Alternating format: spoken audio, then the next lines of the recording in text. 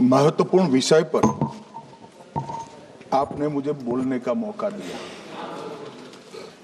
माननीय अध्यक्ष जी, इस विषय पर चर्चा के लिए सत्र की शुरुआत में 2 दिन गतिरोध भी हुआ। इससे एक प्रकार की गैर समझ, गलत धारणा जनता के बीच में पड़ी कि हम लोग ये चर्चा नहीं चाहते। माननीय अध्यक्ष जी, मैं स्पष्ट करना चाहता हूं, संसद ये देश का चर्चा का सबसे बड़ा पंचायत है और हम भाजपा वाले, एनडीए वाले चर्चा से कभी नहीं भागते। कोई भी मुद्दा हो, संसद के नियमों के अनुसार चर्चा के लिए हम तैयार रहते हैं। हमने 2 दिन तक विपक्ष के चर्चा करी कि इसको बाद में किया जाए, 2 सत्र बाद में किया जाए, मगर नहीं माने। हमने हाँ भर दी। मेरा दायित्व है मान्यवर कि हमने क्यों ना बोली थी। ना बोलने के 2 कारण थे। एक कारण था कि चर्चा गहन पुनः निरीक्षण के नाम पर वो मांगते थे, एसआईआर के नाम पर मांगते थे। मान्यवर, मेरा बहुत स्पष्ट मत है कि एसआईआर पर इस सदन पे चर्चा नहीं हो सकती, क्योंकि गहन पुनः निरीक्षण की जिम्मेदारी भारत के चुनाव आयोग की है। भारत का चुनाव आयोग और चुनाव आयुक्त ये सरकार के तहत काम नहीं करते। अगर जब चर्चा होती है और कुछ सवाल खड़े किए जाएंगे तो इसका जवाब कौन देगा? मान्यवर, जब उन्होंने कहा कि हम चुनाव सुधार पर चर्चा करने के लिए तैयार है, हम तुरंत मान गए और आज चुनाव सुधार पर ही चर्चा हुई। मान्यवर, लगभग 63 प्लीज मान्य दादा बीमार हो, मैं समझ रहा हूं, मगर बीमार ज्यादा हो तो घर पे रहा करो, यहां सदन का माहौल मत बिगाड़िए। मान्यवर, 63 सदस्यों ने प्लीज ऐसे माहौल ठीक रहना चाहिए। व्यक्तिगत बात है मेरी और दादा के बीच में, माहौल ठीक रहना चाहिए। मान्यवर, 63 सदस्यों ने पक्ष और विपक्ष से इस चर्चा में हिस्सा लिया है और जो चर्चा का समय हुआ था तय, उससे ज्यादा आपने समय लिया है। इसलिए भी मैं आपका धन्यवाद व्यक्त करना चाहता हूं। मान्यवर, चर्चा तय हुई थी चुनाव सुधारों के लिए, मगर ज्यादातर विपक्ष के सदस्यों ने एसआईआर पर ही चर्चा करी। अब चर्चा इन्होंने जिस तरह से शुरू करी है, जवाब तो मुझे देना पड़ेगा मान्यवर, और मैं मानता हूं उनको सुनना भी चाहिए। मान्यवर, इस एसआईआर पर, गहन पुनर्निरीक्षण पर एक तरफा 4 महीने से झूठ फैलाया और देश की जनता को गुमराह करने का प्रयास किया।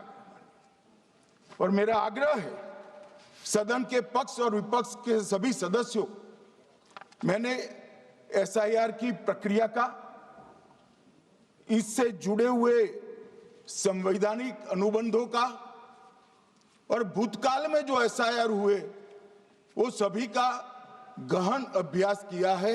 मैं आज आपके माध्यम से इस सदन को और सदन के माध्यम से पूरे देश की जनता को जो झूठ विशेषकर कांग्रेस पार्टी द्वारा फैलाया गया है, वो झूठ का मेरे तर्कों के हिसाब से जवाब देना चाहता हूं। आप बेटे ज्ञान मत दीजिए। मान्यवर, ये देश के संविधान में, मान्यवर, ये देश के संविधान से, संविधान के अनुच्छेदों से चुनाव आयोग की रचना हुई। एक प्रकार से चुनाव आयोग एक संवैधानिक संस्था है। संविधान के अंदर चुनाव आयोग का गठन, उसकी शक्तियां, चुनावी प्रक्रिया, मतदाता की परिभाषा और मतदाता सूची को तैयार करने और उसके सुधारने के लिए की शक्तियां, इसके बारे में स्पष्ट प्रावधान किए गए। और मान्यवर, बड़ी विनम्रता से मैं बताना चाहता हूं कि प्रावधान जब किए गए तब हमारी पार्टी बनी ही नहीं थी। हमारी पार्टी के अलावे जो लोग हैं, इन लोगों ने संविधान सभा में चर्चा कर संविधान को बनाया था। इसलिए ये पूरी चुनाव की प्रक्रिया जो संविधान के अंदर व्याख्यायित की गई है और आज जो हो रहा है, ये दोनों के बीच में क्या अंतर है और आरोप क्या है, इसको मैं जवाब देना चाहता हूं। मान्यवर, फ्री एंड फेयर चुनाव कराने का हमारा संविधान ने जिम्मेदारी चुनाव आयोग की तय की। मतदाता सूची बनाने की और मतदाता सूची में सुधार करने की जिम्मेदारी भी चुनाव आयोग को दी। अनुच्छेद संविधान के भाग 15 में अनुच्छेद 324, इसमें चुनाव आयोग का गठन, चुनाव आयुक्त की नियुक्ति, लोकसभा, राज्यसभा, विधानसभा, उपराष्ट्रपति और राष्ट्रपति, ये सभी चुनावों का संपूर्ण नियंत्रण संविधान ने चुनाव आयुक्त को दिया है। और चुनाव आयुक्त एक से ज्यादा हो तो इलेक्शन कमिश्नर को दिया है। अब 325 जो अनुच्छेद है, वो किसी भी पात्र मतदाता को मतदाता सूची से बाहर नहीं रखा जाता, इसका प्रावधान करता है। मगर 326 एक गहन पुनर्निरीक्षण के लिए, एसआईआर के लिए बहुत महत्वपूर्ण है। क्या है 326 मान्यवर? इन्होंने मतदाता की पात्रता, योग्यता और मतदाता होने की शर्तें आर्टिकल 326 में तय की है। और वो शर्तें क्या है? सबसे पहली शर्त है कि मतदाता भारत का नागरिक होना चाहिए, विदेशी नहीं होना चाहिए। ये सबसे पहली शर्त है। और ये कह रहे हैं कि चुनाव आयोग क्यों ये कर रहा है? भाई, इसका दायित्व है, इसलिए कर रहे हैं। दूसरी है 18 साल से ज्यादा आयु का व्यक्ति मतदाता बन सकता है। तीसरा, वैधता का निर्धारण मानसिक असमर्थता, अपराध और भ्रष्टाचार में संलिप्तता के लिए जो कानून ने समय समय पर तय किया है, इसके पर। तो ये 3 पात्रताओं के आधार पर भारत के मतदाता होने की बात तय होती है। और ये 3 चीजें किसने देखनी है मान्यवर? चुनाव आयुक्त को देखनी है। चीफ इलेक्शन इलेक्शन कमीशन मतलब चीफ इलेक्शन कमिश्नर और कमिश्नर्स ने देखनी है। और 327 में मतदाता सूची, सीमांकन, चुनाव संचालन और उसके लिए कानून बनाने की सिफारिश संसद को करने की सत्ता चुनाव आयोग को दी है। कल हमारे सदस्य मनीष तिवारी कहते थे गहन पुनर्निरीक्षण का इनको अधिकार ही नहीं है। आर्टिकल 327 पूर्ण अधिकार देता है कि मतदाता सूची इस व्याख्या के आधार पर बनाने का अधिकार चुनाव आयोग को है। मान्यवर, अब एसआईआर पर ही सवाल उठा दिए। मान्यवर, इन्होंने कहा कि एसआईआर आज क्यों हो रहा है। मैं इनको थोड़ा इतिहास बता, और मान्यवर एक नई फैशन हो गई है, इतिहास बताते हैं तो नाराज हो जाते हैं कि आप इतिहास मत बताइए। अरे भला, कोई भी प्रक्रिया, कोई भी देश, कोई भी समाज इतिहास को छोड़कर कैसे आगे बढ़ सकता है? इतिहास कोई भी समाज का महत्वपूर्ण अंग है। मान्यवर, हमारे लोकतांत्रिक इतिहास की शुरुआत 1952 से हुई। तो सबसे पहला गहन पुनर्निरीक्षण एसआईआर कब हुआ? 1952 में। एसआईआर की क्या जरूरत है वो कहते हैं, इसलिए मैं कहता हूं। तो उस वक्त प्रधानमंत्री कौन थे? जवाहरलाल नेहरू। किस पार्टी से थे? कांग्रेस पार्टी से। दूसरा कब हुआ? 1957 में। फिर जवाहरलाल नेहरू प्रधानमंत्री थे, कांग्रेस पार्टी से थे। तीसरा हुआ 61 में, उसमें भी जवाहरलाल नेहरू प्रधानमंत्री थे और कांग्रेस पार्टी थे। 65-66 में भी हुआ, एक ही गहन पुनर्निरीक्षण 2 साल में हुआ। उस वक्त भी श्री लाल बहादुर शास्त्री प्रधानमंत्री थे, कांग्रेस पार्टी थे। 83-84 में हुआ, इंदिरा जी थी। 87-89 में हुआ, राजीव गांधी थे। 92-93-95 में हुआ, नरसिम्हा राव थे। 2002 और 3 में हुआ, तब श्री अटल बिहारी वाजपेयी थे। मान्यवर, 2004 में गहन पुनर्निरीक्षण समाप्त हुआ, तब डॉक्टर मनमोहन सिंह जी प्रधानमंत्री थे। तो 2, 3, 4 का एक गहन पुनर्निरीक्षण हुआ, एसआईआर हुआ। उसमें 2 साल एनडीए के प्रधानमंत्री थे, भाजपा के थे, और 1 साल डॉक्टर मनमोहन सिंह। 2004 के बाद सीधा 2025 में गहन पुनर्निरीक्षण हो रहा है और इस वक्त हम हैं। एक पूरा गहन पुनर्निरीक्षण एसआईआर की प्रक्रिया का आज तक 2004 तक किसी भी दल ने विरोध नहीं किया है मान्यवर, क्योंकि ये चुनाव को पवित्र रखने की प्रक्रिया है। चुनाव के उद्देश्यों को, लोकतंत्र को स्वस्थ रखने की प्रक्रिया है। अगर लोकतंत्र में चुनाव जिसके आधार पर होते हैं वो मतदाता सूची ही प्रदूषित है, तो चुनाव कैसे साफ और सुथरे हो सकते हैं? मानो समय समय पर मतदाता सूची का गहन पुनर्निरीक्षण जरूरी है, इसलिए चुनाव आयोग ने फैसला किया कि 2025 में इसको किया जाएगा। मान्यवर, एक बीच में एक घटना मैं जरूर कहना चाहूंगा।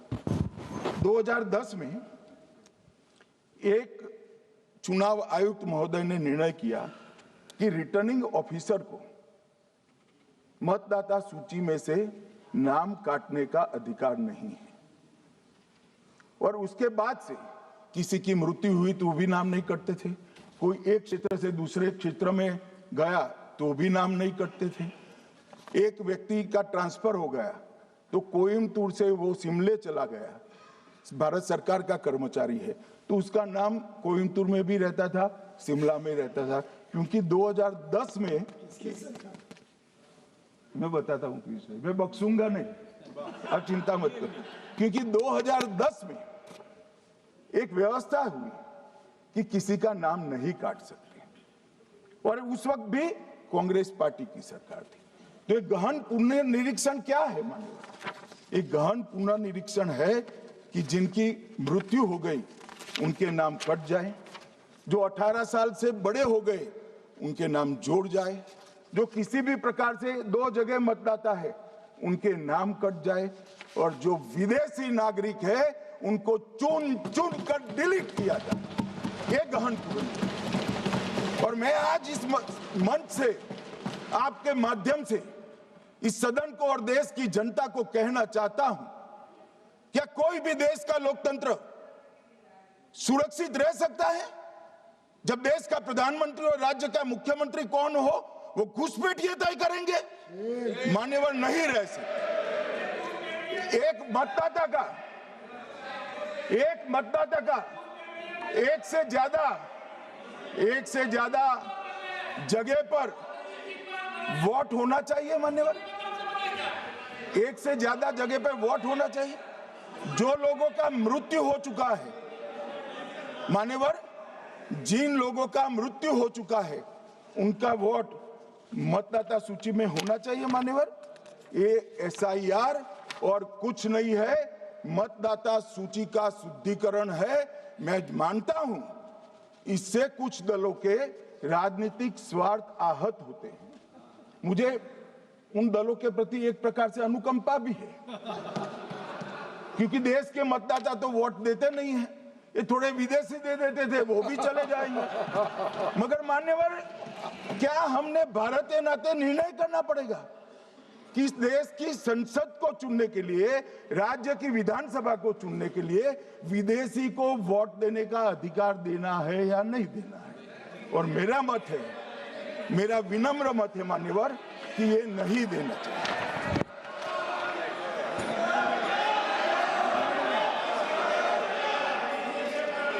दादा बैठ जाइए प्लीज प्लीज। मान्यवर,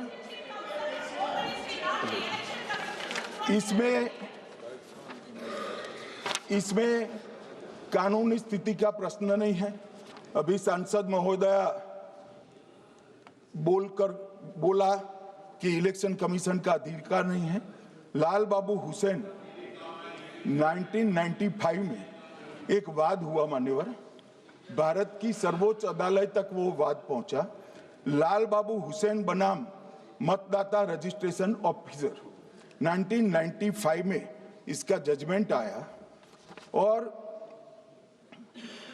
उसमें अदालत ने स्पष्ट कहा, देश की सर्वोच्च अदालत ने कहा, मैं नहीं कह रहा, जहां मतदाता का नाम दर्ज किया जाना है वहां रिटर्निंग ऑफिसर ये सुनिश्चित कर सकता है कि आवेदक भारत का नागरिक है या नहीं है।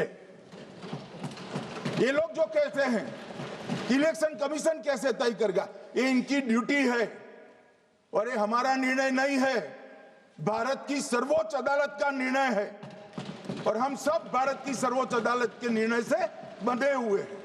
किसी को भी अगर वेरीफाई करना है तो लाल बाबू हुसैन बनाम मतदाता रजिस्ट्रेशन ऑफिसर 1995 का जजमेंट निकालकर मान्यवर दे दे। मान्यवर, विपक्ष के नेता राहुल गांधी जी ने 5 नवंबर 2025 को एक प्रेस कॉन्फ्रेंस में परमाणु बम फोड़ा। अब वो परमाणु बम के अंदर उन्होंने कहा कि हरियाणा में एक ही घर में 501 वोट पड़ गए। चुनाव आयोग ने इतनी स्पष्टता करी कि हाउस नंबर 265 कोई छोटा मकान नहीं है और 1 एकड़ का पुश्तैनी प्लॉट में अनेक परिवार बस रहे, मगर वहां हर परिवार के घर का नंबर नहीं दिया गया है, इसलिए सब जगह हाउस नंबर 501 दिया गया और एक परिवार की तो 3 पीढ़ियां साथ में रह सकती है। और पुराने नंबर से ही जब हरियाणा में कांग्रेस की सरकार चुनी गई तब से ये नंबर इसी तरह से चल रहा है। ये ना कोई फर्जी घर है ना फर्जी वोटर है। मान्यवर, वोट चोरी का नैरेटिव बनाने के लिए मान्यवर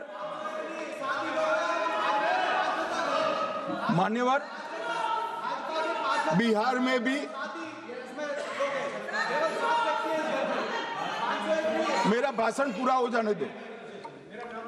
नहीं आप अभी पूरा भाषण नहीं, कई बार नाम आएगा।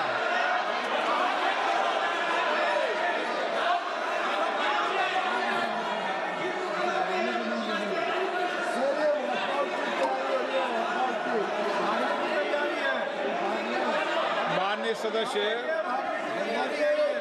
2 मिनट बैठिए, मैं कुछ बोलना चाहता हूँ। 2 मिनट बैठिए। एक मिनट माननीय सदस्य, 1 मिनट। मान्यवर, मेरा विपक्ष के नेता से एक निवेदन है कि 2 मिनट सुन ले मुझे, बाद में उनको बोलने का मौका दीजिए। मान्यवर, 2 मिनट। मान्यवर, मेरा आपसे विनम्र निवेदन है, मैं आधी रात तक बैठने के लिए तैयार हूं, मुझे कोई आपत्ति नहीं। मेरा भाषण समाप्त हो जाए, अरे सुनिए ना भाई, सुनो ना, 2 बड़े बोलते हैं तब बीच में नहीं बोलते। मान्यवर, मेरा भाषण समाप्त हो जाए। प्लीज नहीं। मान्यवर, मेरा भाषण समाप्त हो जाए बाद में, इसमें जितने भी मुद्दे विपक्ष के नेता खड़े करेंगे, मेरी मर्यादा में इसका जरूर जवाब दूंगा, मुझे कोई आपत्ति नहीं है। मेरा विनंती इसलिए है माननीय,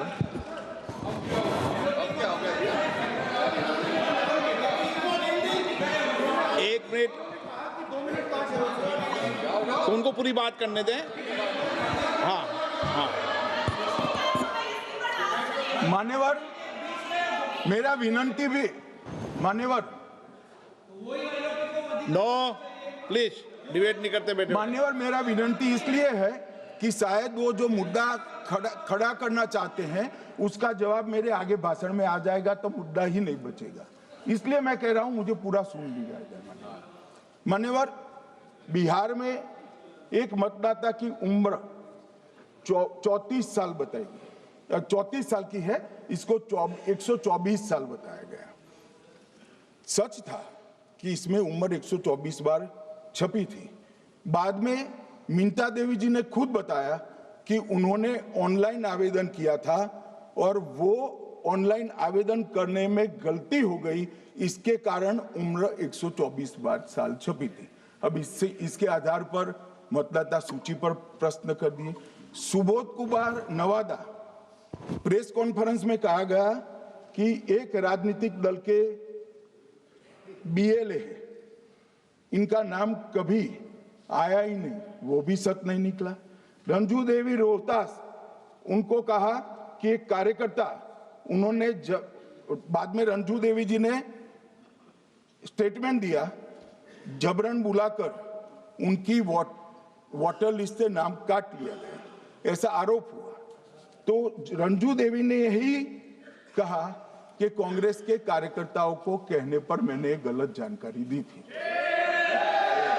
मान्यवर, ये जो प्रेस कॉन्फ्रेंस हुई और उसने जिस प्रकार का देश में माहौल बनाया, चलो ये तो मैंने आरोप जो लगाए थे और सत्य क्या है कहा, मगर मैं विपक्ष के नेता ने जो प्रेस कॉन्फ्रेंस में कहा कि मतदाता सूची ठीक नहीं है, इसको सुधार करना चाहिए, तो भाई गहन पुनर्निरीक्षण क्या है, एसआईआर क्या है, मतदाता सूची का सुधार करने की प्रक्रिया है, और वो कर रहे हैं तो भी विरोध कर रहे हैं, पुरानी मतदाता सूची कर रहे हैं तो भी विरोध कर रहे हैं।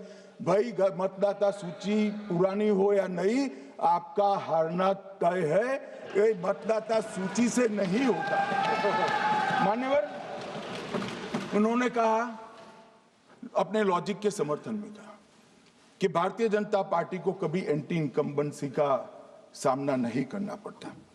मान्यवर, एंटी इनकम्बेंसी इनके खिलाफ होती है जो जनहित के विरुद्ध काम करे। ये बात सही है कि भाजपा को एंटी इनकम्बेंसी का फायदा विरोध बहुत कम करना पड़ता है। हमारी सरकारें बार बार चुनकर आती हैं, चाहे राज्य में है या केंद्र में, परंतु ऐसा नहीं है कि हम 2014 के बाद एक भी चुनाव नहीं हारे। छत्तीसगढ़ में 18 में हारे, राजस्थान में 18 में हारे, मध्य प्रदेश में 18 में हारे, कर्नाटक में भी 14 के बाद हारे, तेलंगाना में हम जीत नहीं पाए, चेन्नई में हम जीत नहीं पाए, बंगाल में भी हम हारे। भाई तो तब तो ये मतदाता सूची बहुत अच्छी होती है, टब से नए कपड़े पहनकर आप शपथ ले लेते हो। उस वक्त मतदाता सूची का विरोध नहीं करते हो, और जब मुंह की पटखनी पड़ती है बिहार की तरह, तब मतदाता सूची का विरोध करते हो। माननीय मेरे दोहरे मापदंड नहीं चलेंगे लोकतंत्र में। जब आप जीतते हो तब चुनाव आयोग महान है, जब आप हारते हो तो चुनाव आयोग निकम्मा है, बीजेपी का कहने पर चलता है।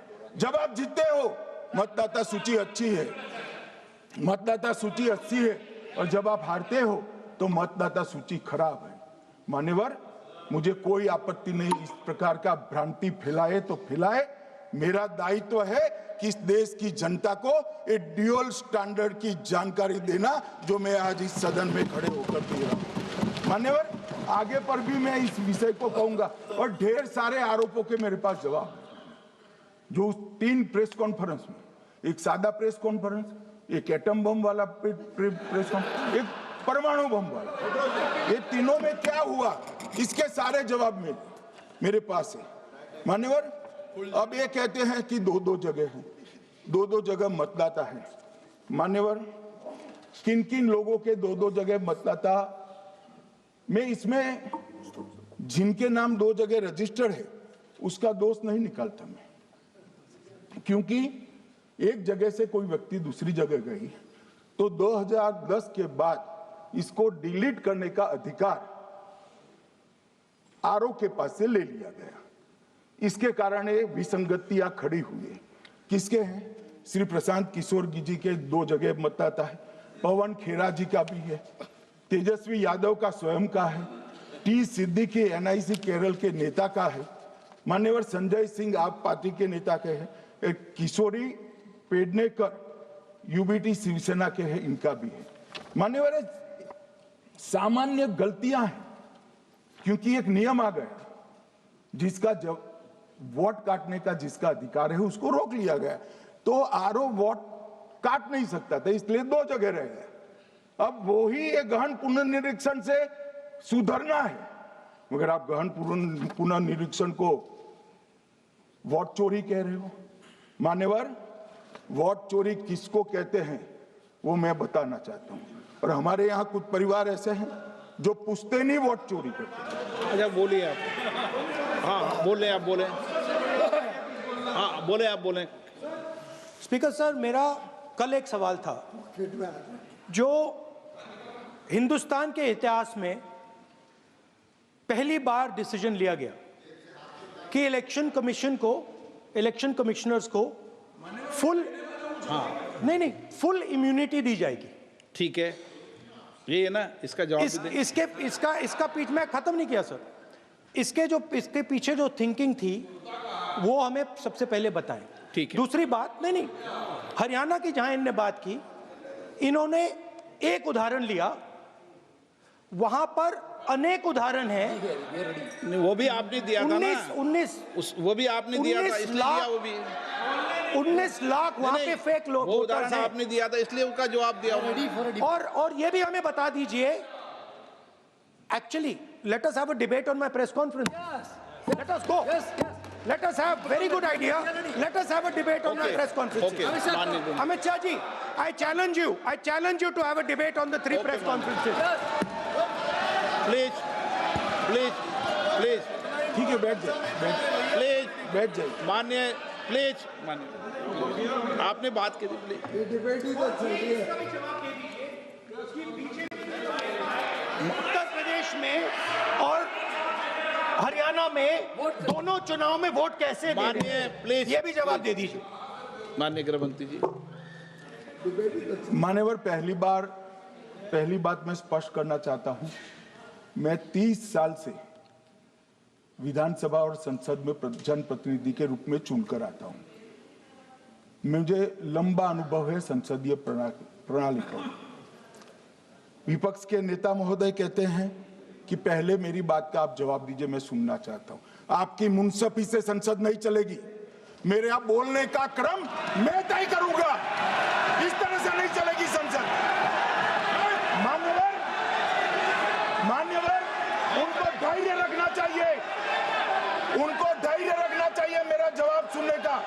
इनकी एक एक बात का जवाब मैं दूंगा, मगर मेरे भाषण का क्रम वो तय नहीं कर सकते, मैं करूंगा, क्योंकि मैं बोल रहा हूं।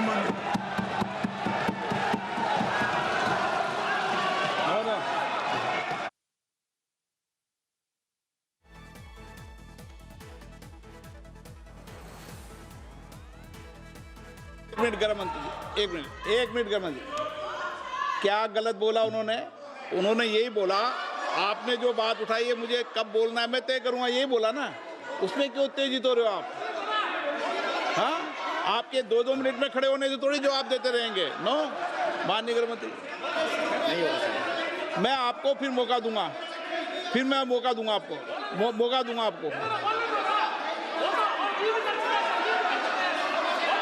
हाँ बोलिए, बोलिए सर। ये बोलिए। आपने अगर अमित शाह जी का रिस्पांस देखा तो ये कंप्लीटली डिफेंसिव रिस्पांस है, ये घबराया हुआ रिस्पांस है, ये डरा हुआ रिस्पांस है। अब सुनिए पूरी बात, प्लीज मानिए। नो, सच्चा रिस्पांस नहीं है। माननीय गृहमंत्री जी, मान्यवर आपके चेहरे पर बैठो मान्यवर आपके चेहरे पर चिंता की लकीरें मैं देख रहा हूं कि मैं क्या बोलूंगा। मैं उनके उकसावे में नहीं आऊंगा, मैं मेरे विषय पर बोलूंगा। मान्यवर मैंने इतना ही कहा कि मैं मेरे भाषण का क्रम मैं तय करूंगा। मेरे भाषण का पहले क्या बोलना, बाद में क्या बोलना, मैं तय करूंगा। और मैं मानता हूं कि हर एक वक्ता का ये अधिकार है, उनका भी है, मेरा भी है। कल वो बोल रहे तो हम ऐसा थोड़ी ना बोले आप झूठ क्यों बोल रहे हो। हम नहीं बोले, नहीं बोल सकते साहब, वो माननीय विपक्ष के नेता है, वो बोल सकते अपना भाषण मान्यवर। और मैंने तो ये भी कहा मेरा पूरा भाषण छूट कर कुछ बच जाता है तो आप पूछिएगा, मैं जवाब दूंगा। मगर अब धैर्य भी चाहिए और सुनना भी चाहिए, दोनों चीजें करनी पड़ती है। मान्यवर वोट चोरी का कोहराम बचा है। मैं वोट चोरी किसको कहते हैं वो बताना चाहता हूं। वोट चोरी के 3 आयाम हैं मान्यवर। एक तो मतदाता नहीं है, मतलब योग्यता नहीं है, और आप वोटर बन जाते हो तो वोट चोरी माना जाएगा। दूसरा, आप गलत प्रकार से चुनाव जीतते हो तो वोट चोरी माना जाएगा। और तीसरा, जनादेश को डिफाई करते हो, मतलब वोट के विपरीत आप कोई पद प्राप्त कर लेते हो तो भी एक प्रकार से वोट चोरी होता है। अरे सुनो ना, क्यों जल्दबाजी करते हो मानिकम, क्यों? अब मैं 3 वोट चोरी की घटनाएं बताना चाहता हूं। सबसे पहली घटना हुई आजादी के बाद देश का प्रधानमंत्री तय करना था। तय कौन करना था? तो उस वक्त के जितने प्रांत थे इसके कांग्रेस के अध्यक्षों ने, उनके एक वोट से तय होना था। अब 28 वोट श्री सरदार पटेल को मिले और 2 वोट जवाहरलाल नेहरू जी को मिले।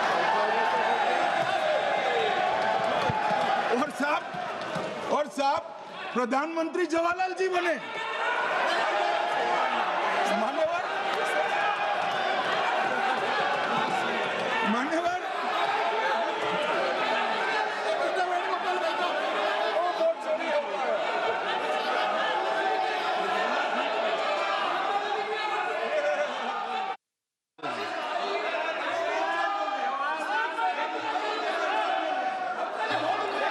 प्लीज, माननीय गृह मंत्री जी, माननीय गृह मंत्री जी, प्लीज।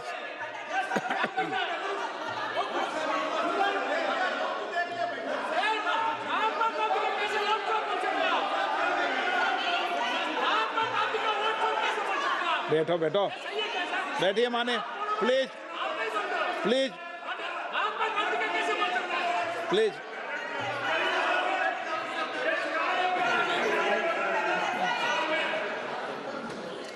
मान्यवर दूसरी, प्लीज बैठिए बैठिए माननीय सदस्य, प्लीज, हर बार नहीं उठते, बैठिए। मान्यवर दूसरे प्रकार की वोट चोरी और नैतिक तरीके से चुनाव जीतना, ऐसी वोट चोरी भी भूतकाल में एक बार हुई थी। श्रीमती इंदिरा गांधी रायबरेली से चुनी गई। इलाहाबाद हाईकोर्ट में श्री राजनारायण पहुंचे कि चुनाव नियमों के अनुसार नहीं हुआ। इलाहाबाद हाईकोर्ट ने ये तय कर दिया कि श्रीमती गांधी ने उचित तरीके से चुनाव नहीं जीता है, हम इसको रद्द कर देते। मान्यवर ये भी वोट चोरी थी, बहुत बड़ी वोट चोरी थी। और उसके बाद में क्या हुआ? उसके बाद में वो वोट चोरी को ढकने के लिए संसद में कानून लाया कि प्रधानमंत्री के खिलाफ कोई केस ही नहीं हो सकता। मैं विपक्ष के नेता को कहना चाहता हूं, इम्यूनिटी की बात आप चुनाव आयोग की पूछ रहे हैं, इसका तो मैं जवाब दूंगा, इम्यूनिटी का। मगर ये इम्यूनिटी जो श्रीमती गांधी ने दी थी, इसके लिए आपका क्या कहना है? और उन्होंने तो स्वयं के लिए ले ली, उनका आरोप है। प्लीज, ऐसे नहीं चलता मान्यवर। आप जब बोले, जब 5-5 मिनट उठेंगे क्या? ये मान्यवर उनका आरोप है। आप भी बोले। 9 गलत, 1-1 मिनट में सदस्य नहीं उठेगा। ना मान्यवर उनका आरोप है कि सरकार ने बनाया तो लोकतंत्र ने बनाया, तो जो समय का केस था वो बताया है, आगे का तो बताया। मोदी जी को भी सब लोगों ने प्रधानमंत्री बनाया है भाई, आपकी कृपा से नहीं बने हैं। मान्यवर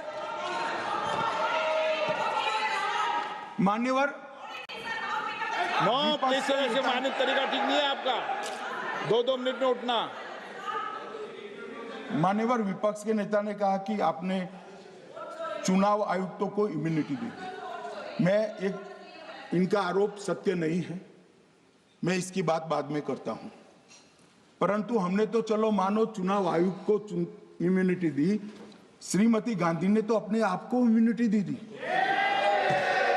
और फिर जब ये संवैधानिक सुधार के वायरस चैलेंज हुए तो वो केस जीतने के लिए 2, 3 और 4 नंबर के सर्वोच्च न्यायालय के जज को बाईपास कर चौथे नंबर के जज को चीफ जस्टिस बनाया और वहां केस भी जीत लिया। और मान्यवर, ये तो इतिहास है, कौन जुटला सकता है? इनको कोई पढ़ाता नहीं है इतिहास, ये तो इतिहास है, सर्वोच्च अदालत और संसद के रिकॉर्ड में रखा हुआ इतिहास है। इसके खिलाफ लल्लन सिंह जैसे कितने लोग पूरा जीवन लड़े बिहार में, इमरजेंसी के खिलाफ जेल में गए, लाखों लोग गए।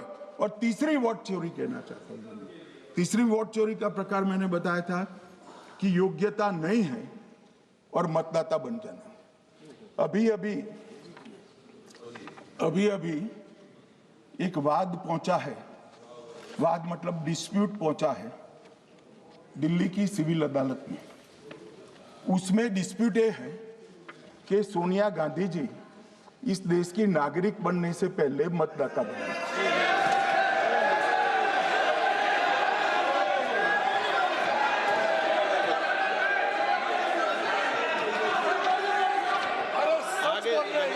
आगे सुनो, बोल क्या रहे, पूरी बात तो सुनो।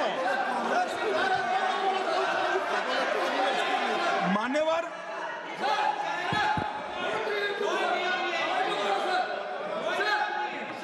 मैंने इतना ही कहा है कि अदालत में केस चल रहा है जो फैक्चुअल है। अब जवाब तो उनको अदालत में देना है, सोनिया जी ने यहां क्यों दे रहे हैं? अदालत में जवाब देना है।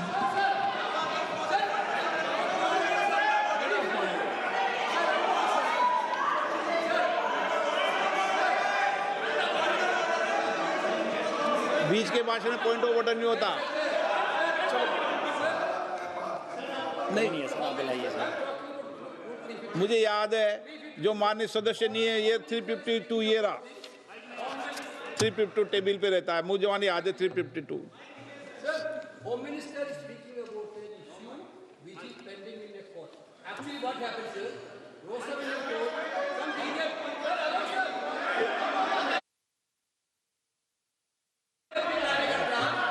filed a case on Madam Sonia Gandhi's voting on that 80. Sir, that Rosa Avenue Court dismissed that case without, there is no substance in that case. Okay. After that, the same person given an appeal. Gandhi not even voted in that election. I am challenging Home Minister. Okay. Sonia Gandhi not even voted that election. Can you prove it? Can you prove it? Sir, misleading statement a Home Minister doing. Sir, you are. What is this, sir? एक minute please दादा, एक minute please. No, बैठिए। No मान्य please. देखिए माननीय सदस्य, 2 दिन से मैं चर्चा को सुन रहा हूं और 2 दिन से चर्चा को सुन रहा हूं और 352 आपने भी पढ़ा है, मैंने भी पढ़ा है, ठीक है ना। कई बार इधर से भी उधर से भी इस विषय को कई बार बोला गया है। जब डिबेट चलती है उसके संदर्भ में कई विषयों को बोला जाता है, ठीक है ना। और इसीलिए सुनिए बात, माननीय गृह मंत्री जी ने आपने आधी बात सुनकर हर 2-2 मिनट में उठने लगोगे, ऐसे चर्चा नहीं होती।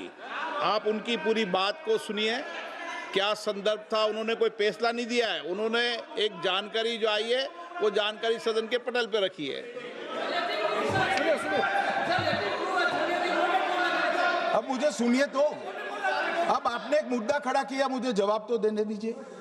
मान्यवर, मैंने कुछ ऐसा नहीं कहा, मैंने सिर्फ इतना कहा है कि एक वाद दायर हुआ है दिल्ली की अदालत में, मैंने कोई कंक्लूजन नहीं कहा, मैंने कहा कंक्लूजन कहा, मैंने कोई कंक्लूजन नहीं कहा। कंक्लूजन तो जब उनका नोटिस का जवाब वो दे देगी तब अदालत देगी, तब फिर से बताऊंगा मैं। मगर अभी तो मैंने सिर्फ इतना कहा है कि वहां एक केस रजिस्टर्ड हुआ है जिसमें श्रीमती गांधी को नोटिस इश्यू किया है, इसमें इतने लाल पीले होने की जरूरत क्या है? मान्यवर, हम सबका साझा दायित्व है, हम भी विपक्ष में बैठे, हम चुनाव जितने जीते हैं इससे ज्यादा हारे हैं। हम लोगों का तो एक प्रकार से पौना जिंदगी ही विपक्ष में ही चला गया, चाहे राज्य हो या केंद्र हो। कई चुनाव हमारे, हमने चुनाव आयुक्त और चुनाव आयोग पर कभी आरोप नहीं लगाया। एक नया पैटर्न खड़ा, एक नया पैटर्न, मैं पूरा वाक्य नहीं बताना चाहता।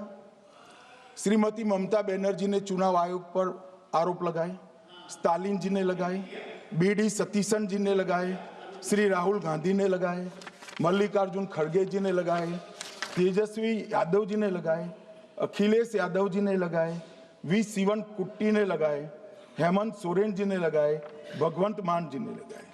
अब पहले तो ऐसी परंपरा सिर्फ कांग्रेस पार्टी में थी, मगर संपर्क का दोष कहता होता है साहब, ये सारे इंडिया अलायंस वाले चुनाव आयोग के खिलाफ आए। मान्यवर, चुनाव आयोग एक तटस्थता से चुनाव कराने वाला संस्थान बनाया गया और इसकी मान्यता कोई पॉलिटिकल पार्टी ने नहीं दी, भाग और अनुच्छेदों के तहत हमारे संविधान ने दी और ये संवैधानिक प्रक्रिया है। इस संवैधानिक प्रक्रिया पर सवाल खड़े कर कर, अनर्गल आरोप कर कर आप पूरे चुनाव आयोग की एक प्रकार से पूरे दुनिया में इसकी छवि को धूमिल करने का काम कर रहे हैं। आपको लगता है कि आप सरकार की छवि धूमिल करें? ना जी, आप पूरी दुनिया में भारत के लोकतंत्र की छवि को धूमिल करें। मान्यवर, सरकार का तो इतना ही सवाल है, मान्यवर सरकार का तो इतना ही सवाल है कि भारत के मतदाता क्या सोचेंगे, मगर मतदाता का सोचने का सवाल नहीं है। मतदाता को तो मालूम है कि हमने तो वोट दिया है इसलिए चुनकर आए हैं, तो उसके मन में कोई डाउट नहीं है। ये वोट चोरी करते रहे, घुसपैठिया बचाओ यात्रा निकाली और बिहार में 2/3 बहुमत से हम जीत गए। मान्यवर, ये जो नई परंपरा शुरू हुई कि देश के अंदर चुनाव न जीते तो चुनाव आयोग को बदनाम करो, चुनाव प्रक्रिया को बदनाम करो, मतदाता सूची को बदनाम करो, ये हमारे लोकतंत्र का भला नहीं करेगी। यही आयुक्त के तहत, यही सरकार के होते हुए आप कई चुनाव जीते हैं, हम कुछ नहीं बोले हैं, हम पार्टी में बैठकर इसकी मीमांसा की, मगर ये लोग चुनाव आयोग पर प्लीज नो, आप बैठिए, आप ठीक है बैठिए। माननीय सदस्य प्लीज प्लीज। मान्यवर, मैं थोड़ी स्पष्टता के लिए आंकड़ा देना चाहता हूं। मई 14 में श्रीमान नरेंद्र मोदी इस देश के प्रधानमंत्री बने, तब से उनको आपत्ति है। तो एनडीए क्या क्या जीती? 3 लोकसभा चुनाव हम जीते, 41 राज्यों के विधानसभा चुनाव जीते, तो हम 44 विधानसभा टोटल चुनाव जीते हैं 2024 से 25 तक। मगर वो भी 30 चुनाव जीते हैं अलग अलग विधानसभा में, 30 जगह पे।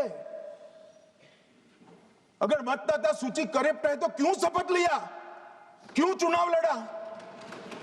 आप बताइए देश की जनता को। आप लोग यहाँ कैसे पहुंचे? श्री राहुल गांधी जहां से चुनकर आए थे, वो वायनाड की मतदाता सूची में भी मेरी पार्टी ने प्रेस कॉन्फ्रेंस कर इसी प्रकार की डिस्क्रिपेंसी को बताया है।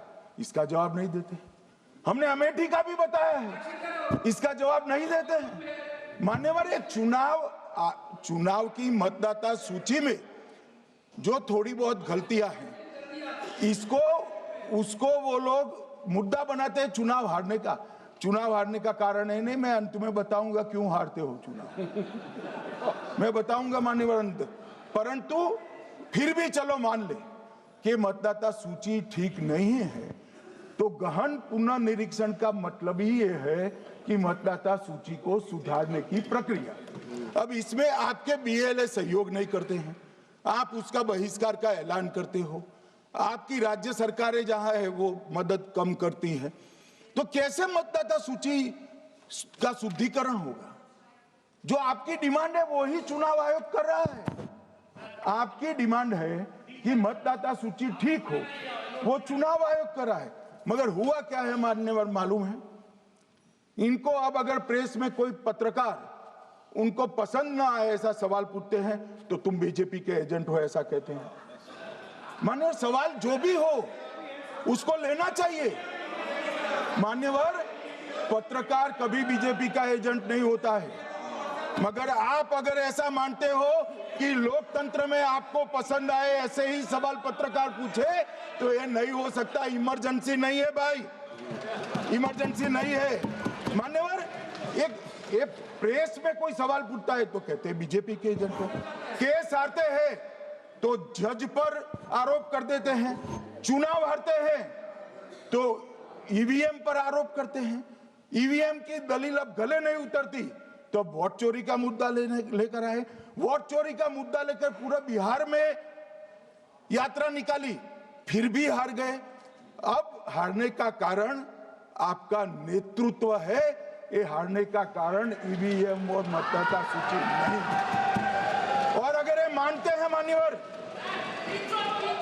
अगर ये मानते हैं कि इनको कोई पूछने वाला नहीं है, भगवान करे मैं गलत पड़ जाऊं, कांग्रेस के कार्यकर्ता इनका हिसाब मांगेंगे। एक दिन कांग्रेस के कार्यकर्ता इनका हिसाब मांगेंगे कि इतने चुनाव कैसे हार गए। मान्यवर, कोई जज आजादी के इतने साल में नहीं हुआ है मान्यवर कि कोई जज एक जजमेंट दे तो जज के खिलाफ इंपीचमेंट लेकर आते हैं। अपनी वोट बैंक को एड्रेस करने के लिए इंपीचमेंट लेकर आते हैं मान्यवर। और ये सारे ने तो साइन कर दिया, साथ ही साथ उद्धव जी ने भी साइन कर दिया। उद्धव जी, जजमेंट क्या है? एक पहाड़ी पर मान्यता है कि हाँ सबसे ऊपर दिया जलाया जाए। मान्यवर, एक वोट बैंक को संभालने के लिए एक हाईकोर्ट के जज के सामने इंपीचमेंट लेकर आए हैं। देश की जनता उनको मदद नहीं करे।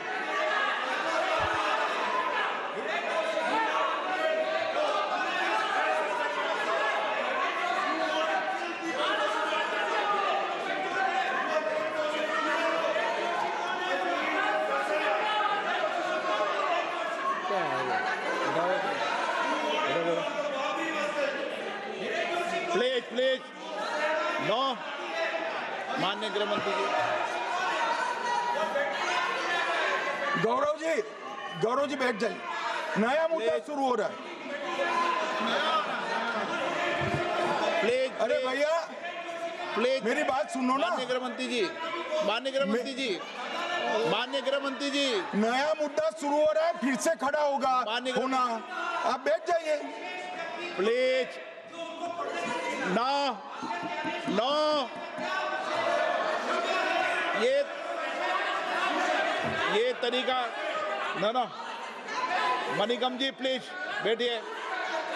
नो, ये तरीका ठीक नहीं है। प्लीज बैठे।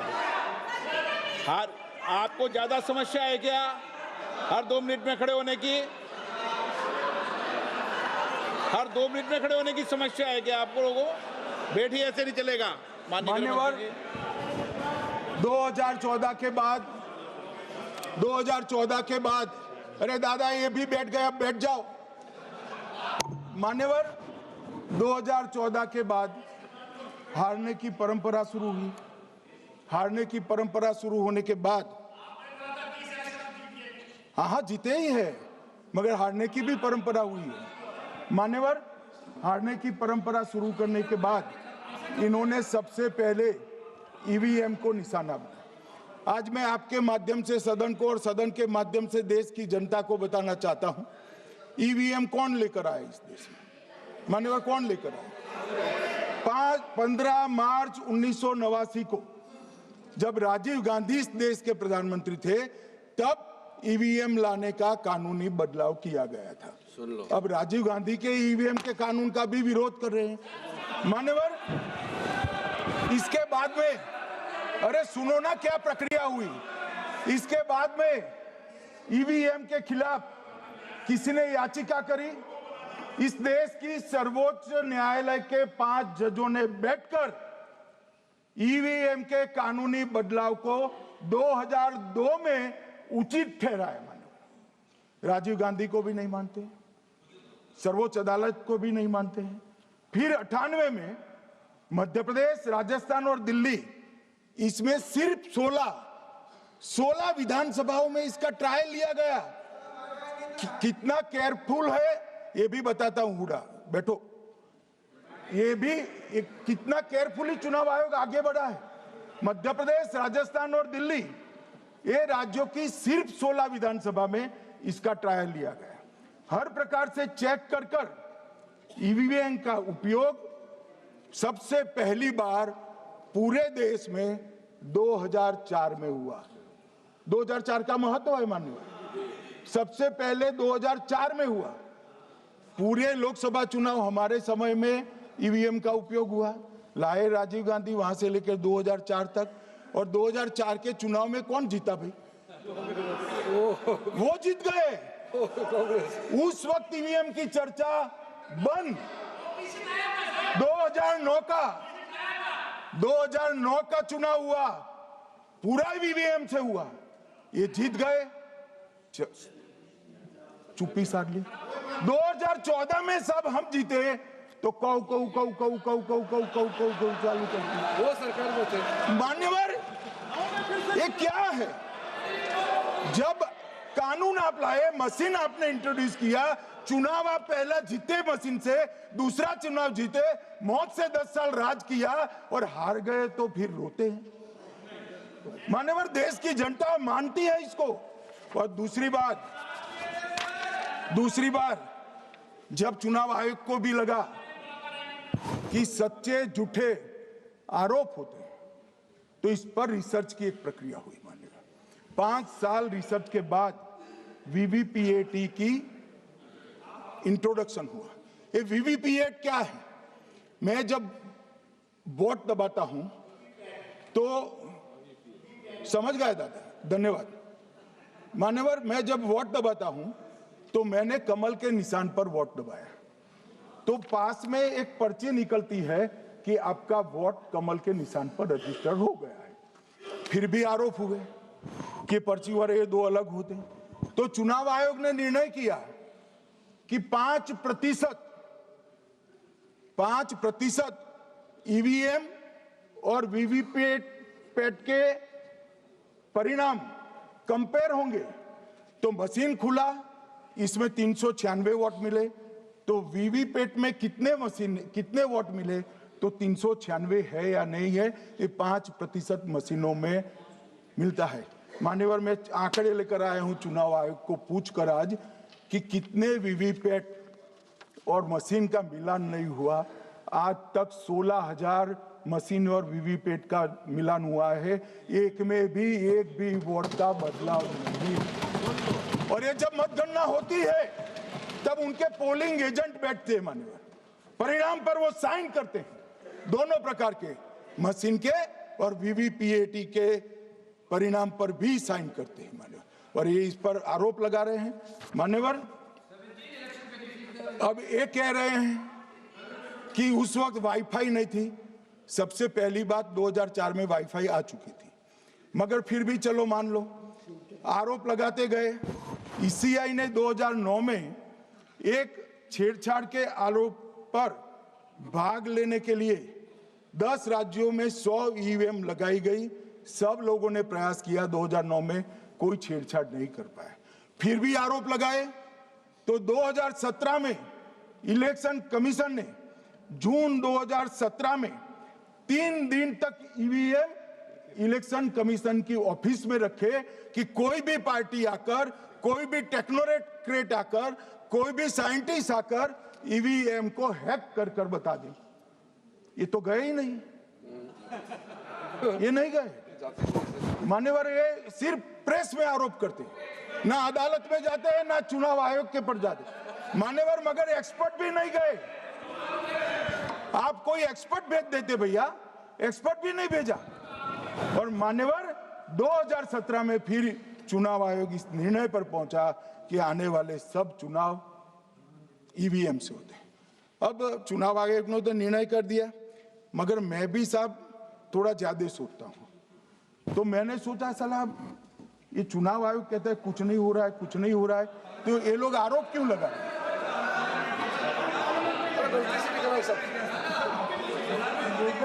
मान्यवर, मेरे शब्द कोई ऐसे हो तो काट दीजिए। काट दिया राहुल जी। मान्यवर, मैंने सोचा कि भाई कुछ गलती नहीं है,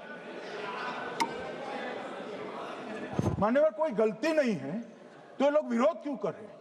फिर मुझे याद आया कि मान्यवर, जब इनके जमाने में चुनाव होते थे, बिहार और यूपी में सरकारें बनाती होती थी, पूरे के पूरे वोट के बक्से हाईजैक कर लिए जाते। ईवीएम आने से ये बंद हो गया, ईवीएम आने से बंद हो गया। और मान्यवर, चुनाव की चोरी बंद हुई है, इसलिए पेट में दर्द हो रहा है। ईवीएम का दोष नहीं है, चुनाव जीतने का तरीका जनादेश नहीं था, करप्ट प्रैक्टिसेस थी, इसके कारण चुनाव जीतते थे। अब आज ये पूरे एक्सपोज हो चुके हैं। जब जनादेश पर चुनाव होता है तो आप जीत सकते हो, जीतो, स्वागत है उसका, मगर जब हारते हो तो अन्य कारण बताना, जैसे पहले मैंने कहा, ऐसा बताना, ये ठीक नहीं है। मान्यवर, कल मैंने लीडर ऑपोजिशन का भाषण स्वयं यहां बैठकर सुना है। पूरा भाषण उनका धागों में उलझ गया, थ्रेड्स में उलझ गया। मान्यवर, ये कहते हैं पीएम का शेड्यूल देखकर चुनाव आयोग चुनाव तय करता है। मेरा सभी सांसद महोदय से करबद्ध निवेदन है कि चुनाव होने के पहले के 1 महीने पीएम का शेड्यूल, और पीएम को लगभग 24 और 16 कितना होता है, 40 महीना हो गया। इसमें से किसी भी 1 महीने का शेड्यूल दिखाओ। पीएम की गति ही इतनी है, कोई भी महीना उठाओगे तो इतने ही प्रवास करते हैं। मानवर, इसको चुनाव का कोई लेन देन नहीं है। हमारे प्रधानमंत्री जनसंपर्क में आजादी के बाद सबसे ज्यादा प्रवास करने वाला प्रधानमंत्री। और मैं जानता हूं साहब, मैं जानता हूं नरेंद्र मोदी जी को 2001 से मैं बता सकता हूं, एक भी दिन की छुट्टी नहीं, एक भी वैकेशन नहीं, लगातार जनता का काम करना। मैंने कभी नहीं देखा उनको वैकेशन में। कई बार इनका अनुकरण करने का प्रयास करते हैं तो बीपी बढ़ जाता है इतना, ये फिर उठ जाएंगे फिर। मान्यवर, ये पूरी चर्चा चुनाव सुधार पर थी। मैंने आज ये भी जांच करा,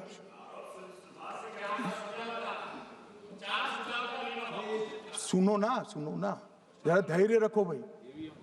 मान्यवर, मैंने आज सुबह चुनाव आयोग के वहां जांच कराई। जांच मतलब कोई गोपनीय चीज नहीं पूछी है, आप इसका इशू मत बने। मैंने ये पूछा कि चुनाव सुधार के लिए मई 2014 के बाद कौन सी पार्टी से कितने आवेदन आपको मिले, क्योंकि चुनाव सुधार जो करना है इसकी प्रक्रिया क्या है मान्यवर? चुनाव सुधार सभी राजनीतिक दलों के साथ चर्चा कर कर चुनाव आयोग भारत सरकार के विधि मंत्रालय को भेजता है और विधि मंत्रालय इसका कानून बनाकर संसद के सामने रखता है। ये प्रक्रिया है। तो मैंने सोचा कि इतना बड़ा हो हल्ला हुआ तो ढेर सारे चुनाव सुधार कांग्रेस पार्टी ने दिए होंगे, तो मैं जरा उसका पुच्छा कर दूं, लगे हाथ तो इसकी भी बात कर लूं। इसमें गोपनीय क्या है? तो मैंने पूछा तो साहब मुझे एक रहस्य मालूम पड़ा कि आज तक मई 2014 से चुनाव आयोग को एक भी चुनाव सुधार का सुझाव कांग्रेस पार्टी से नहीं है। मान्यवर,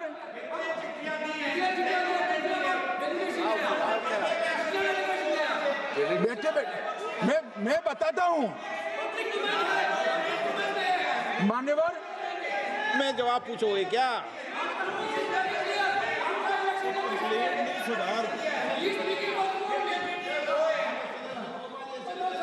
आप भी बोले, हर बोलने पर एक एक बार उठेंगे क्या?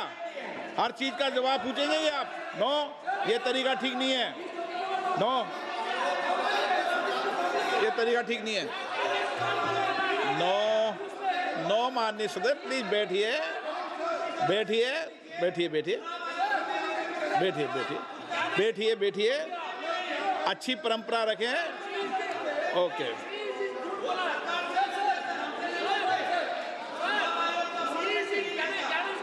नो नो प्लीज, हर 2 मिनट नहीं उठते। अच्छी है। नो, ऐसी नो, प्लीज बैठिए आप, प्लीज बैठिए, प्लीज बैठिए, प्लीज बैठिए, सुनिए प्लीज, प्लीज बैठिए। माननीय सदस्यगण, ये कभी परंपरा नहीं रही कि सत्ता पक्ष और प्रतिपक्ष का कोई भी माननीय सदस्य कभी बोल रहा हो तो हर विषय पर बैठे बैठे टिप्पणी करना या हर विषय पर खड़े होकर सवाल पूछना, ये परंपरा कभी नहीं रही। आपने भी भाषण दिया आज, आपको कोई ने बीच में उठ के पूछा कोई ने? माननीय गृह मंत्री जी, अच्छी परंपराएं लागू करो, अच्छी तरह चलाएं सदन। मैं मेरे स्टेटमेंट पर कायम हूं। नरेंद्र मोदी सरकार बनने के बाद आज तक कांग्रेस पार्टी ने चुनाव आयोग को एक भी चुनाव सुधार का प्रपोजल नहीं दिया। मान्यवर, ये कई बार मिलने गए हैं, मैंने उनका प्रेस कॉन्फ्रेंस भी देखा है। उनका प्रेस कॉन्फ्रेंस था चुनाव प्रक्रिया के अंदर उनका जो डिस्प्यूट है वो ऑनगोइंग इलेक्शन में इसको रजू करने का। चुनाव सुधार जो होता है, चुनाव के पहले चुनाव के नियम जो तय होते हैं, इसके लिए सभी दलों को बाकायदा पत्र लिखा जाता है और कोई मांगे तो उसको समय भी देना पड़ता है। ये दो अलग चीजें। माननीय गृह मंत्री, मान्यवर, 1 मिनट गृह मंत्री। माननीय सदस्यगण,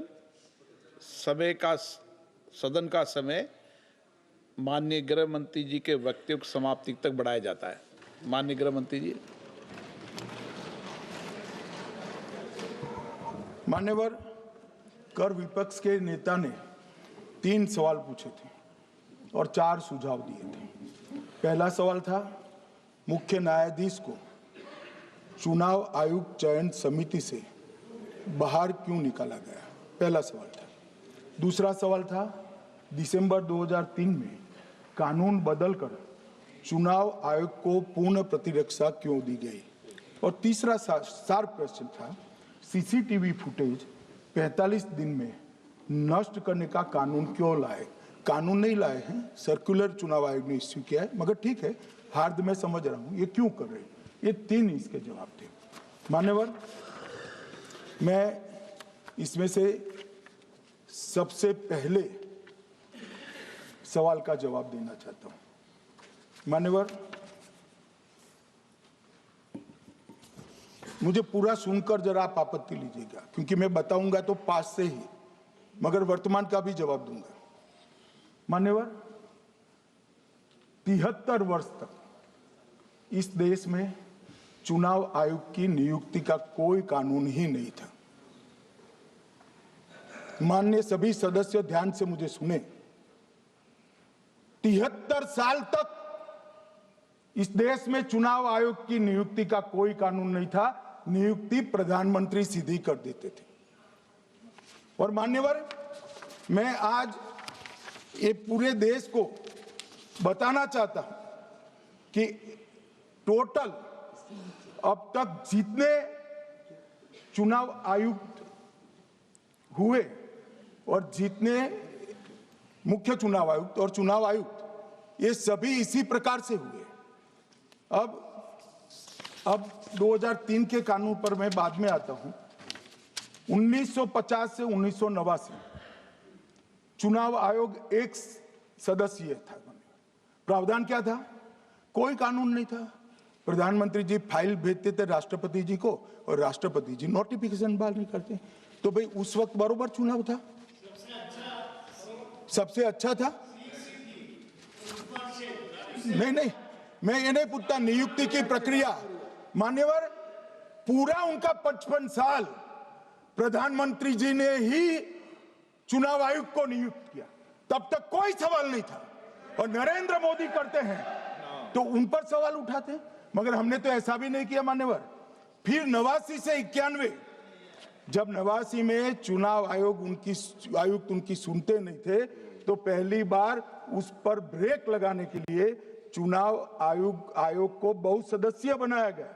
ये बिहार के चुनाव के कारण ही हुआ, परंतु वो भी प्रधानमंत्री की फाइल से ही अपॉइंट होते हैं। और मान्यवर, 21 चुनाव आयुक्त, कमिश्नर और मुख्य चुनाव आयुक्त, और 21 और 29 इस प्रकार से हुए जिसमें कोई प्रधानमंत्री जी ही रखते थे। कांग्रेस पार्टी ने ही ये परंपरा बनाई थी। कानून भी कांग्रेस पार्टी ने बनाया था। मगर आज आरोप करना है इसलिए आपने चुनाव चोरी कर लिया, चुनाव चोरी कर लिया, चुनाव चोरी के कहने से कुछ नहीं होता। जनता हमको सुनती है भाई, और हम जवाब भी देते हैं। मान्यवर, ये 50 से लेकर 2023 तक कोई कानून नहीं। बाद में 2023 में एक अनूप बरनवाल बनाम भारत सरकार मुकदमा हुआ। उसमें सुप्रीम कोर्ट ने कहा कि भाई चुनाव आयुक्त की नियुक्ति थोड़ी पारदर्शी होनी चाहिए। सुझावी था, ऑर्डर नहीं था। हमारे सॉलिसिटर जनरल ने वहां कंसेंट दी, तो उन्होंने कहा कि भाई हमें कानून बनाने में थोड़ी देर लगेगी और हमें इस पर कंसल्टेशन भी करना पड़ेगा, चुनाव आयोग से भी करना पड़ेगा। तो उन्होंने कहा ठीक है, अगर आप सहमत हैं, मैं जजमेंट और आर्गुमेंट पढ़कर, अगर आप सहमत हैं तो जब तक कानून नहीं बनता, चीफ जस्टिस ऑफ इंडिया की अध्यक्षता में एक कमेटी बने और प्रधानमंत्री और विपक्ष के नेता इसके मेंबर। हमें कोई आपत्ति नहीं थी, हमने हाँ बोला साहब। और विपक्ष के नेता भी थे, प्रधानमंत्री थे और सीजे। 2023 में कानून बन गया। कानून क्या बना? विपक्ष के नेता, प्रधानमंत्री तय करेंगे, वो एक मंत्री और स्वयं प्रधानमंत्री, ये 3 लोग बैठकर चर्चा कर मेरिट्स में चुनाव आयुक्त और मुख्य चुनाव आयुक्त की नियुक्ति करेंगे। मान्यवर, हमारे टाइम में तो और पारदर्शी। ये कह रहे हैं हमारा तो 33% ही हिस्सा है। भाई 33% तो है ना, हमारा तो हिस्सा ही नहीं था। और मान्यवर, मैं रिकॉर्ड से बताता हूं, 2012 में सीयूसी की नियुक्ति होनी थी। अडवाणी जी ने सुझाव दिया लिखकर कि एक प्रणाली बना जाए, नहीं बनाया और बीएस संपत जी को सीधा चुनाव आयुक्त बना दिया। उसके बाद में भी एक व्यक्ति कैसे है इसकी चर्चा है। नवीन चावला, जिसको आपातकाल की भूमिका पर शाह आयोग ने कहा था ये निष्पक्ष नहीं है, उनको मुख्य चुनाव आयुक्त बना दिया। जबकि मुख्य चुनाव आयुक्त गोपाल स्वामी ने इनके खिलाफ पक्षपात के सबूत भी भेजे, खारिज कर दिया। मान्यवर, सुने नहीं। हमारे समय में ऐसा कभी नहीं हुआ है। हमारे समय पर विरोध होता है, मगर पक्षपात के सबूत किसने नहीं दिए हैं। और भाई, जहां तक 66% और 33% का सवाल है, आप कह रहे हो कि वहां 2 लोग होते हैं और आप एक होते हैं, ये तो हम तय नहीं करते हैं। 140 करोड़ की जनता तय करती है कौन 66 होगा और कौन 30। यहाँ कौन बैठेगा वो तो 140 करोड़ लोग तय करते हैं, वो आपके लिए तय करोगे तो आप 66 हो जाओगे। मगर आप तो 100 रख कर गए थे, हमने उसको 33 दे दिया। मान्यवर ये क्या सवाल उठाते, और वो समझते हैं कि मैं बोलता हूं तो बस ये ब्रह्म वाक्य होगा। ऐसे नहीं होता है मान्यवर, हर चीज के तर्क होते हैं। इनका जो भाषण तैयार करते हैं वो भी ठीक से नहीं करते, रिसर्च नहीं करते मान्यवर। इन्होंने सीसीटीवी फुटेज 45 दिन में इलेक्शन कमीशन ने नष्ट करने का निर्णय किया, इस पर आपत्ति उठाई। मान्यवर, जन प्रतिनिधित्व अधिनियम 1951 की धारा 81 में एक प्रावधान है। प्रावधान क्या है? उम्मीदवार चुने जाने के बाद 45 दिन में चुनाव याचिका दायर कर सकते हैं। 45 दिन के बाद इसको कोई चुनौती नहीं दे सकता। ये नियम 1991 में बना, तब उस वक्त सीसीटीवी फुटेज नहीं था। सीसीटीवी फुटेज बाद में चुनाव आयोग ने एक सर्कुलर से रूल्स में बदलाव कर ऐड किया। अब किया क्या है चुनाव आयोग ने? सीसीटीवी फुटेज का जो रिकॉर्ड है उसको जन प्रतिनिधित्व अधिनियम की 1951 की धारा 81 के साथ संरक्षित किया है, मतलब अलाइन किया है कि 45 दिन के बाद कोई डिस्प्यूट की प्रोविजन ही नहीं है एक्ट में, तो 45 दिन के बाद ये सीसीटीवी फुटेज क्यों रखना चाहिए? अब इतनी सादी समझ नहीं है सब, मैं क्या कर सकता हूं? सब समझ के कोई इंजेक्शन नहीं होते जो भ्रम से दे दिया। मान्यवर, ये धारा 81 1951 से है, मगर पहले पर्चियों से होते थे तो पर्ची के लिए थी। अब सीसीटीवी फुटेज का कैमरा आ गया तो सीसीटीवी फुटेज ऐड कर दिया। मान्यवर, उन्होंने कहा, और इस वक्त जब सीसीटीवी फुटेज जब प्रक्रिया में ऐड किया, तब स्पष्ट चुनाव आयोग ने कहा था कि सीसीटीवी रिकॉर्डिंग संवैधानिक दस्तावेज नहीं है, ये आंतरिक प्रबंधन है। किस चीज का आंतरिक प्रबंधन? कि चुनाव सीज होने के बाद कोई पुनः मतदान की अर्जी करता है कि भाई ये मतदान मथक में चुनाव ठीक नहीं हुआ, तो चुनाव आयोग जो निर्णय करता है वो सीसीटीवी फुटेज के आधार पर करता है। पहले मौखिक करता था, टेक्नोलॉजी आई, सीसीटीवी फुटेज स्वीकार कर लिया। अब ये आंतरिक प्रबंधन के लिए है मान्यवर। फिर भी चुनाव आयोग का जो निर्णय मैं बताता हूं, उन्होंने कहा सामान्य जनता को एक्सेस होना चाहिए। रूल्स बनाया गया है, सामान्य व्यक्ति सीसीटीवी फुटेज उच्च न्यायालय में जाकर 45 दिन के अंदर ऑर्डर करा सकता है। अब ये कहेंगे 45 दिन में जजमेंट नहीं आएगा, मगर उच्च न्यायालय इतना ऑर्डर कर सकता है कि ये सीसीटीवी फुटेज आप डिस्ट्रॉय मत करना। मान्यवर, राजनीतिक दलों को एक्सेस देने का उन्होंने प्रावधान करा है, तो वो चुनाव को चैलेंज करे राजनीतिक दल 45 दिन के अंदर। ऑटोमेटिक जो चुनाव चैलेंज होता है मान्यवर, उसका सीसीटीवी फुटेज नियमों से हम चुनाव आयोग रिजर्व कर देता है।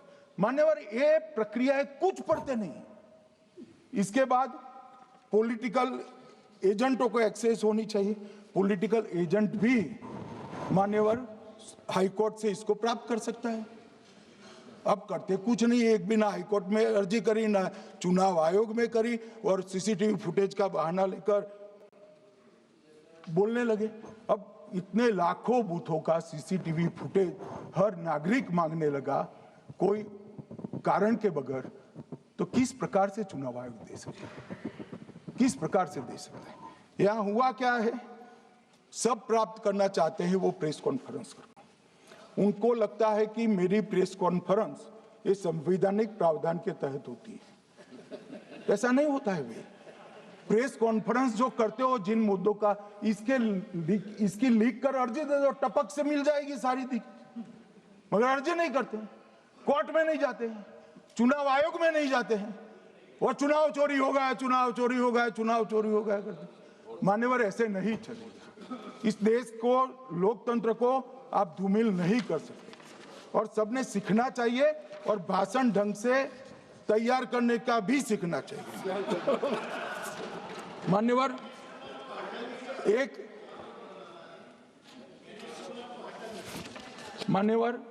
एक उन्होंने कहा सीईसी को 2003 में कानून बनाकर इम्यूनिटी दी है। मान्यवर, representation of the people act 1950 में ही ईसीआई के अधिकारियों को जो इम्यूनिटी प्राप्त है उससे जरा भी बढ़ोतरी नहीं करी। हमने सिर्फ रिप्रेजेंटेशन ऑफ 1951 के एक्ट को पुनरावृत्ति की है। मान्यवर, आरपीए एक्ट की धारा 32 और आरपीए एक्ट 51 के सुधार की धारा 146C कहती है कि चुनाव आयोग के कोई भी अधिकारी, जिसमें इलेक्शन कमिश्नर आ जाते हैं, इस पर कोई मुकदमा चुनाव प्रक्रिया के लिए नहीं चल सकता।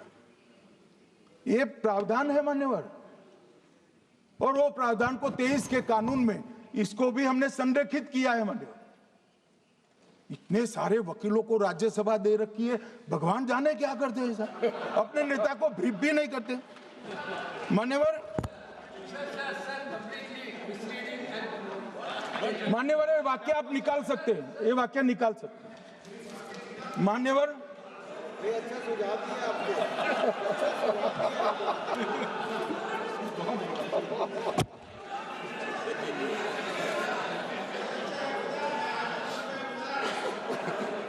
मान्यवर, फिर ये सब हो रहा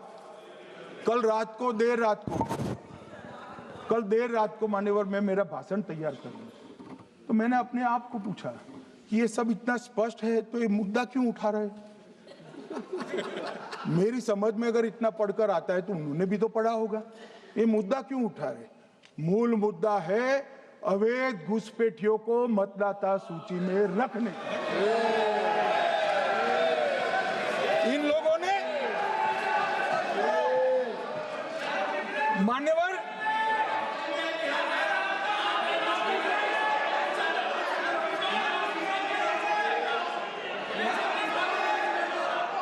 माननीय सदस्य, आपका भाषण भी सबने शांति से पूर्ण सुना है।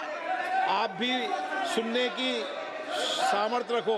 नहीं, आप सुनने की सामर्थ्य रखो। नो, प्लीज बैठिए, सुनो, पूरा भाषण सुनो। आप जब बोलते हैं तो इधर भी सुनते हैं, आप भी इधर भी बोलते हैं, इधर सुने। गृह मंत्री इलेक्शन रिफॉर्म के लिए बात बोलना सर।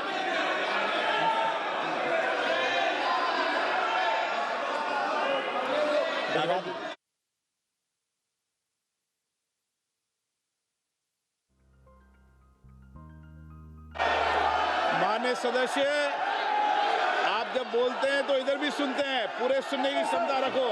सर, ये लोग डर गए हैं, जवाब नहीं सुन सकते हैं।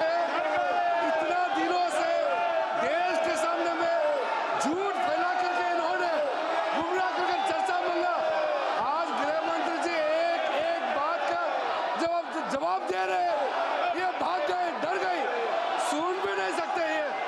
अगर ये सुन नहीं सकते हैं, इतना दिनों से संसद के समय बर्बाद क्यों किया? अगर सच्चाई नहीं सुन सकते तो इतना दिनों तक सरकार पर संसद के समय लोगों को रंग फैला करके क्यों समय बर्बाद किया? ये दिखा रहे। हमको मालूम था ये भागने वाले हैं। सच्चाई को सुनना चाहिए, सच्चाई को सुनना चाहिए। और जब सच्चाई सामने में आया तो डर गए, सुनने का कैपेसिटी तक नहीं है और इतना गुमराह किया। पिछले सेशन का पार्लियामेंट सेशन इन्होंने तबाही किया, मॉनसून सेशन को भी इन्होंने बर्बाद किया इसी मुद्दे पर, और ये हमारे शीतकालीन समय को भी इन्होंने 2 दिन बर्बाद किया। आज बारीकी से जब बता रहे थे ये लोग भाग गए, ये तो ठीक नहीं है।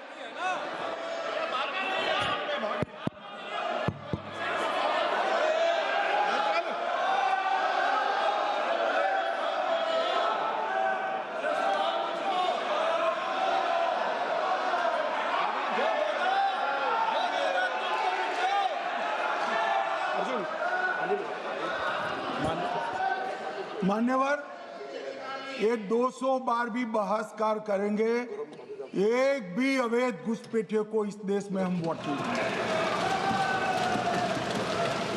ये हमारे एनडीए का पॉलिसी है मान्यवर।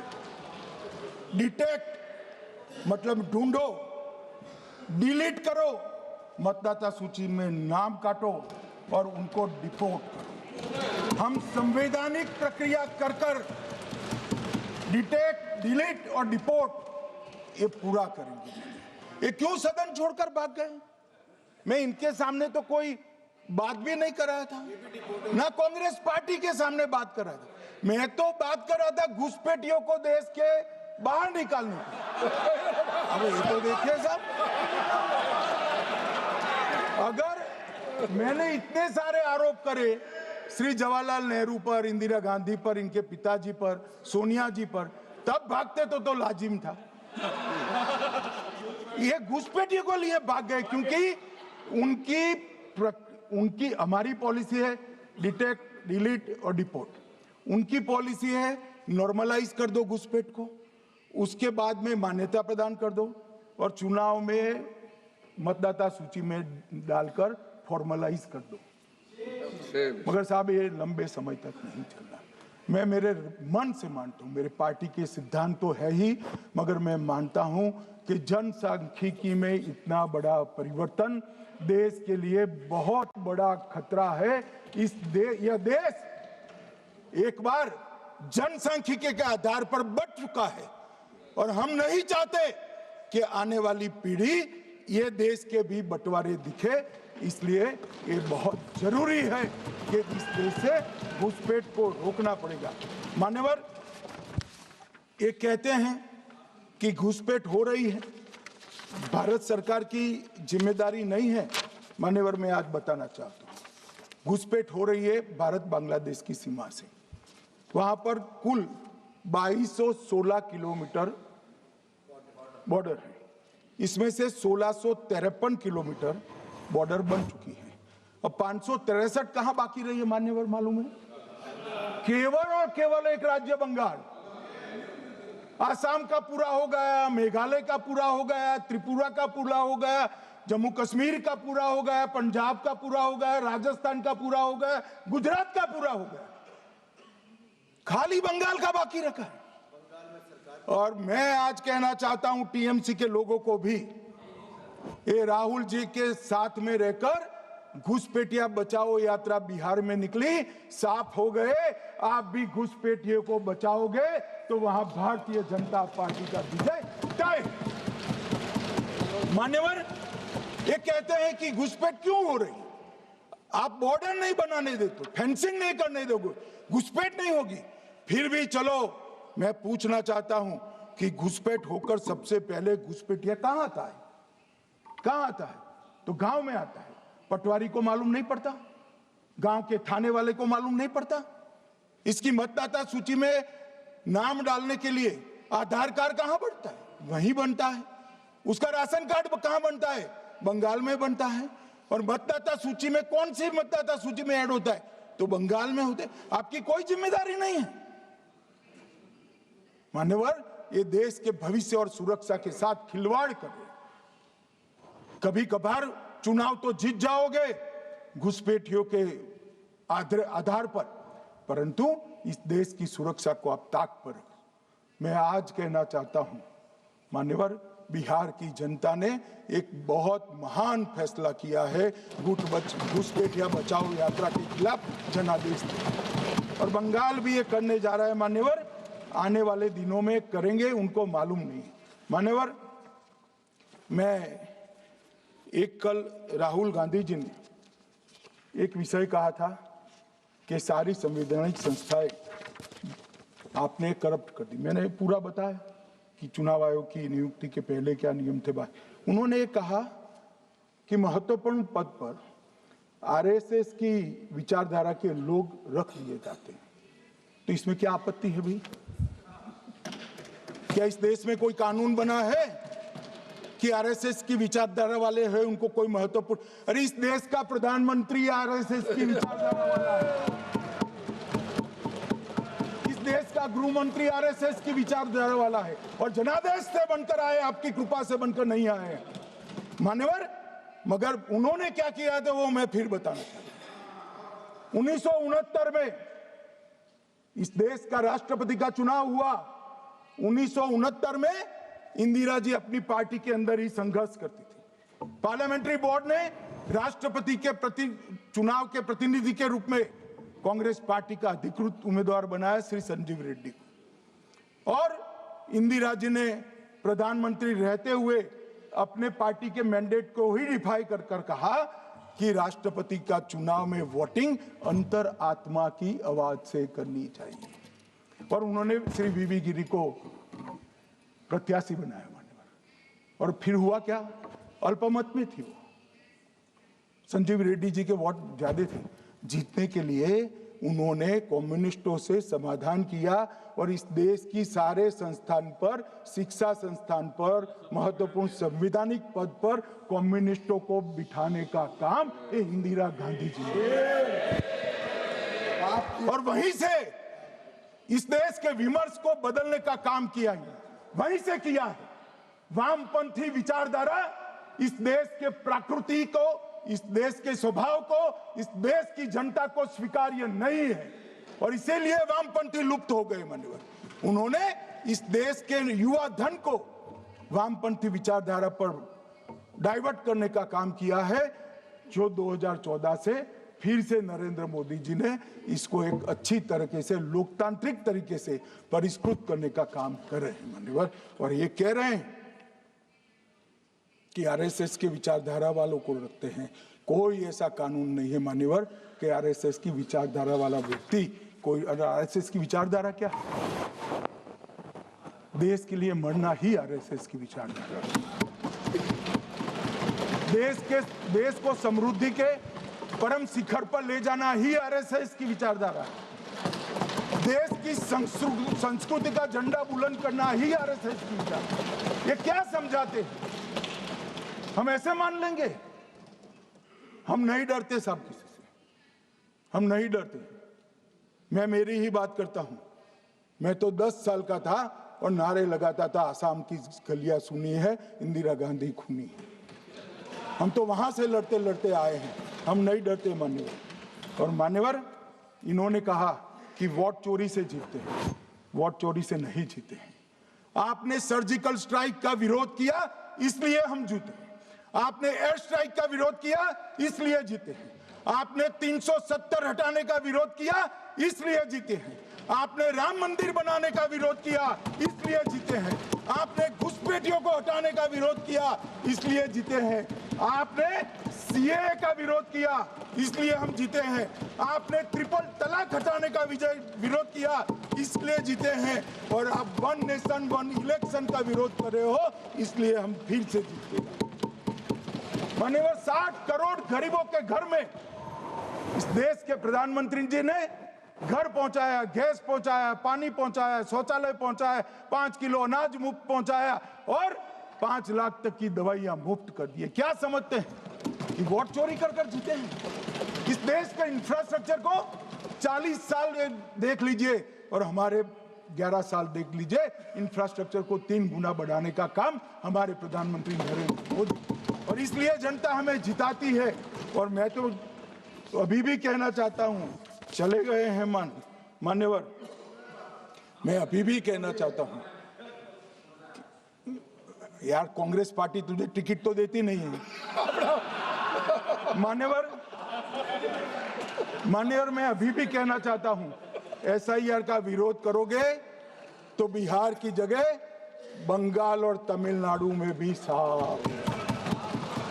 मान्यवर, इस 140 करोड़ की जनता का जनादेश ईश्वर का आदेश होता है। हमारे यहाँ तो कहते हैं ना कि जनता ही जनार्दन होती है।